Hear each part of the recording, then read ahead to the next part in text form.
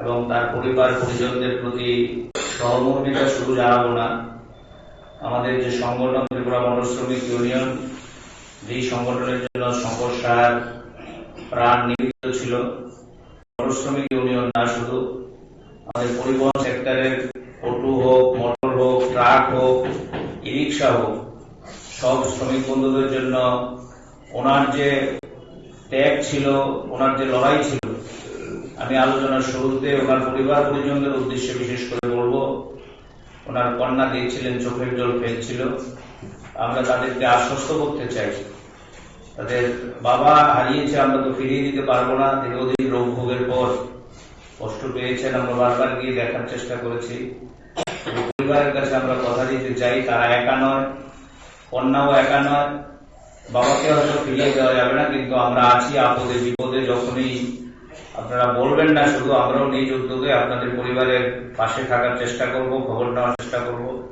আমি শুরুতেই আপনাদের এই আশ্বস্ত করতে চাইছি, এটা ভাববেন না যে এটা আপনাদের প্রতি দয়া, এটা আমাদের দায়বদ্ধতা, দায়িত্ব। কারণ শঙ্কর সাহা জীবিত অবস্থায় সংগঠনের জন্য যা করে গেছেন, ওনার পরিবারের পাশে দাঁড়ানো এটা আমাদের নৈতিক কর্তব্য, দায়বদ্ধতা। আমরা এই কাজ করব। ব্যক্তিগতভাবে এখানে অনেকেই আছেন, বলতে আমার কোনো দ্বিধা নেই। শঙ্করদার সাথে আমি যে ইউনিয়নের কাজ খুব বেশি দিন করেছি এরকমটা নয়, কিন্তু রাজনৈতিক কাজ করার অনেক দিনের অভিজ্ঞতা আমার। আমি কথা এখানে বাড়াবো না, মানিকদা আছেন, বুঝতেই পারছেন, অনেক দিনের সম্পর্ক, কথা বলবেন, শঙ্করদা আছেন, বলবেন। আমি শুধু বলবো, উনি শুধু ইউনিয়নের দায়িত্ব পালন করেছেন এরকম না, ইউনিয়ন মনস্কেন্দ্রিক যে অফিসটা, এটা ওনার প্রাণ ছিল। একদিন না আসলে খাওয়া হজম হতো না, এরকম ছিল। আমাকে বলতো মাঝে মাঝে, সকালের জন্য টাইম মতো খেতে হতো, বাড়িতে যেত, একটা ছোটা নিয়ে আবার আসতো। কিন্তু তার উপরেও গণতান্ত্রিক আন্দোলনে এলাকার মধ্যে সমানভাবে উনি দায়িত্ব পালন করেছেন যতদিন সুস্থ ছিলেন। নির্বাচন আসলেই মোটর শ্রমিকের বন্ধুরা এলাকায় গিয়ে কাজে যুক্ত হতেন। অনেক কমরেডরা আমাকে অন্যভাবে নেবেন না, অনেক কমরেডরা এলাকায় গিয়ে কাজ করতে আগ্রহী হন না, কিন্তু শঙ্করদা সামনের সারিতে দাঁড়িয়ে আমাদের সাথে একসাথে গণতান্ত্রিক আন্দোলনে অংশগ্রহণ করতেন। আজ শুনছুনি এলাকায় বাদের পারে আমরা যখনই গণতান্ত্রিক আন্দোলনের জন্য কারোর সাথে যোগাযোগ করতাম, আমাদের শঙ্করদা সেখানে তার বাড়ি, কত মিটিং আমরা করেছি নির্বাচন আসলে, বাড়ির লোকরা বলতে পারবে। ওনার বাড়ি ছিল আমাদের এখন ঘরোয়া সভার অন্যতম ঠিকানা। 18 সালের পরে পরিস্থিতি অন্যরকম হয়েছে, বুঝতেই পারছেন। ওনার বাড়ির পরিবারের অন্য সদস্যদের নিরাপত্তার প্রশ্ন সব মিলিয়ে হয়তো আমরা 18 সালের পরে বাড়িতে মিটিং করিনি, কিন্তু আনাগোনা যাওয়া আসা বন্ধ ছিল না।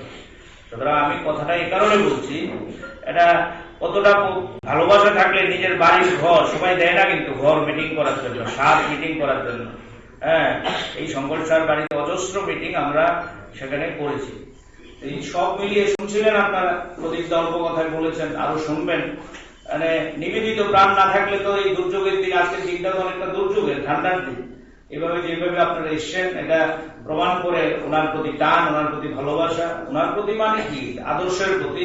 উনিও একটা আদর্শকে দেখেই ভালোবাসতেন, যেটা লাল ঝান্ডা ছিল আমাদের সিআইটিউ টিএমএসইউ, একটা আদর্শ, অন্যরকম স্বপ্ন নিয়ে উনি সংগঠন করতেন। আমি শুধু আপনাদের কাছে বলবো, সদস্যসভা তো আমরা নিশ্চয়ই এখানে সিআইটিউর সভাপতি সম্পাদক আছেন, আপনাদের পরামর্শ দেবেন, কথা বলবেন। আমি শুধু আপনাদের কাছে আবেদন করব, যেই আদর্শের টানে শঙ্কর সাহা মানে একজন মধুমেহ রোগের রোগী হয়েও রেগুলার মনস্টেন্ড অফিসে আসতেন, যখন ওই হাসপাতালে গিয়ে নিচ্ছেন, মানে কিডনির ওষুধের জন্য ডায়ালিসিস দিচ্ছেন, তখনও গেলে পরে সংগঠনের কথা খবরাখবর নিতেন, কিভাবে কোন কর্মীদের খবরাখবর নিতেন। মানিকদা যদি একটু আমাকে সে দেখে যায়, বলেছি মানিকদার সঙ্গে সঙ্গে গেছেন, দেখে এসছেন, অসুস্থ থাকার সময় বলছি। সুতরাং সব মিলিয়ে আপনাদের কাছে আমার আবেদন থাকবে এটাই, যে আমরা যাতে এই আদর্শের টানে আরো আসক্ত হই। আজকের সময়ে তো বুঝতেই পারছেন, এই আদর্শের প্রতি অনেকেই পিছুটা, গভর্নমেন্ট থাকতে করেছি, এখন আর করবো না।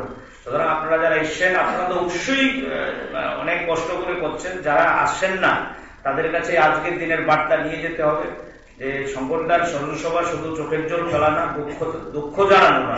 উনি যেই আদর্শের টানে সারা জীবন বিলিয়ে দিলেন, এই আদর্শটা যাতে আমরা আমাদের ইউনিয়নের মধ্যে আরো নতুন নতুন বন্ধু আনতে পারি, নতুন নতুন ট্রাক সিন্ডিকেট ত্রিপুরা রাজ্যের, আমাকে বলতে সময় আমি নেব না, এই ট্রাক সিন্ডিকেট আপনারা জানেন যে সংগঠন করতেন আমাদের রাজ্যের ঐতিহাসিক সংগঠন, বিশুদা নেই আজকে, বিশুদার নাম সবাই জানেন। সুতরাং সব মিলিয়ে আমাদের এই সংগঠনটা যাতে আবার দাঁড় করাতে পারি, আবার যাতে আগের মহিমায় আমরা এটা ফিরিয়ে আনতে পারি, তার জন্য আপনারা এখানে শপথ নেবেন। আমাদের পরিবহন সেক্টর আজকে সবচেয়ে বেশি আক্রান্ত নানানভাবে। এই পরিবহন সেক্টরের শ্রমিকদের পাশে, পরিবহন সেক্টরের শ্রমিকদের পাশে যাতে আমরা আজকে দাঁড়াতে পারি আবার নতুন করে, এবং আদর্শের টানে যাতে আমরা সবাই একসাথে ঐক্যবদ্ধভাবে এই সমাজটাকে পরিবর্তন করার জন্য, আমাদের রাজ্যের রাজনৈতিক যে পাথর এটাকে সরানোর জন্য দায়িত্ব নিতে পারি। দেশের মধ্যে যে একটা ভয়ানক অবস্থা চলছে তার বিরুদ্ধে যাতে আমরা লড়াই করতে পারি, এই শপথ নেওয়ার দিন আজ। আমরা এখান থেকে এই শপথ নিয়ে যাব। আরেকবার